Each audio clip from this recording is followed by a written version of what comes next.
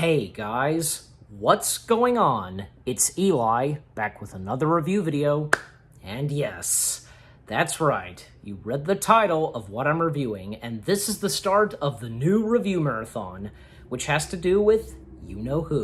So of course we're starting off with the first film of the film franchise, the Wizarding World franchise, you name it, Harry Potter and the Sorcerer's Stone, and of course this being the Harry Potter review marathon.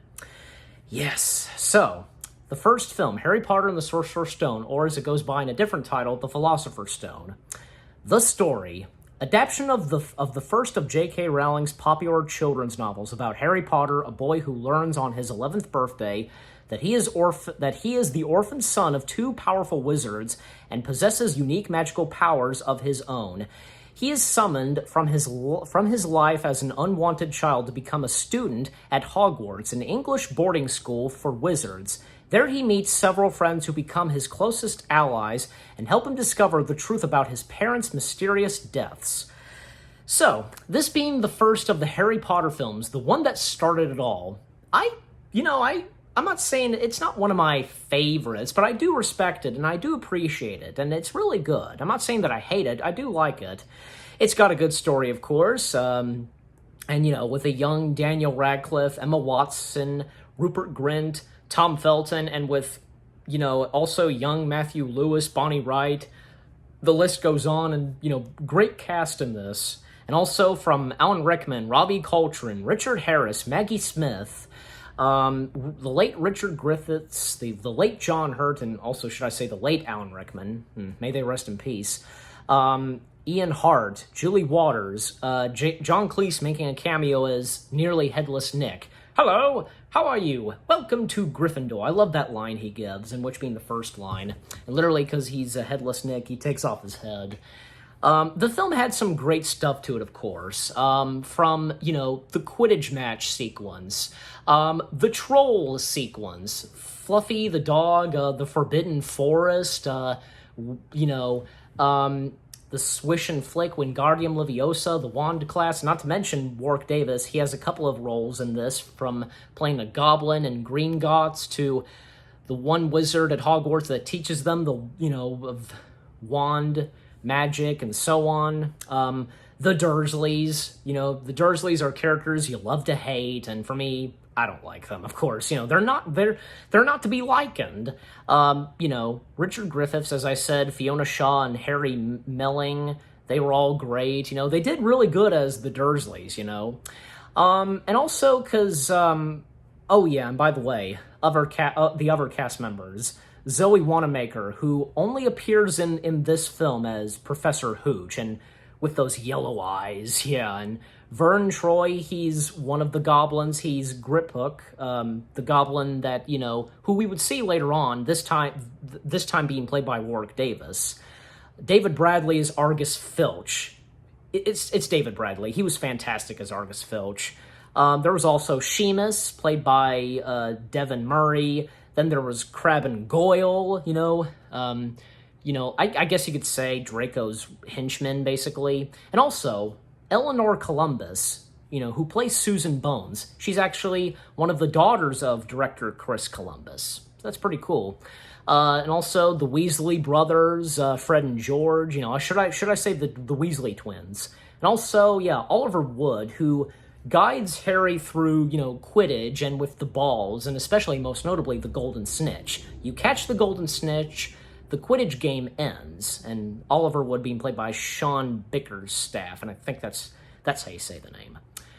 Again, the Quidditch match was really good. The troll and sequence, and when Ron uses Wingardium Leviosa on the troll, and of course, the Forbidden Forest, and Harry at one point coming face to face with Voldemort, because he was, a black hooded figure.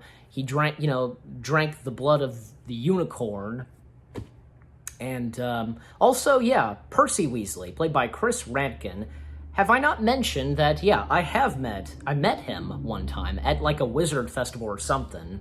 So I met him one time. And also, what's his face who played Neville's father, and also played Hitler in Captain America: First Avenger. He was there too, and my dad wanted to meet him. I joined in, and it was great. We got to meet 2 cast members from Harry Potter. Pretty cool. And also the climax, Harry, Ron, and Hermione, they sneak past Fluffy, and from, catching a winged key, literally that's what they are, but he has like a broken wing that unlocks the door. Them playing wizard's chess, Harry going off on his own, to continue on, and coming face to face with Professor Quirrell, who turns out, spoiler alert, is the bad guy. He was trying to kill Harry. Even say during the Quidditch match, Harry's broom was going wonky, and Hermione thought that it was Snape jinxing the broom, but no, Snape was trying to save Harry. And the same thing happened with, the troll entering Hogwarts. Quirrell let the troll in, Snape tried to stop the troll, and even when Harry noticed, Snape was kind of injured. Yeah, and it turns out, of course, Quirrell is a henchman to Voldemort, and we see Voldemort in this, by the back of, Quirrell's bald head, because of that purple scarf. I know there's a name to it, but I forget. Voldemort, in this, being played by Richard Bremmer, he was the first actor to play Voldemort, and until, what's-his-face, who would become the official Voldemort in the Harry Potter films, which, of course, he is the best Voldemort, of course. No hard feelings on Richard Bremmer. He was good. Harry defeating Professor Quirrell by, touching him, by turning him into crisp, basically, turning him into dust. Voldemort escaping. That mirror that Quirrell was facing, and, Harry saw that mirror before, and he saw his parents through that mirror. Some stuff between Dumbledore and Harry and Hagrid and Harry those were some great stuff, and Hagrid and Harry going through London and making their way into Diagon Alley, Ollivander's wand shop, that was a great sequence. I wondered when I be seeing you, Mr. Potter. And Dumbledore, visiting Harry in the hospital room and talking about his scar and mark and so on. Love. It is love, Harry. And especially Dumbledore trying the candy and, earwax. That's what it tastes like. And the epilogue. Gryffindor wins the House Cup, and Harry and all the students, they return home. They get back on board the Hogwarts Express. Harry and Hagrid say their goodbyes, give one last hug, and Hagrid gave Harry a book of pictures of his parents, etc., and Harry knows that, he's not really leaving home, because, Hogwarts is his home. Harry Potter and the Sorcerer's Stone is good, as I established earlier. Again, it's not one of my favorites, but I do appreciate it for it being the first film and the one that started it all. And definitely I'm going to give this a 10 out of 10. And what about you guys? What did you think of Harry Potter and the Sorcerer's Stone?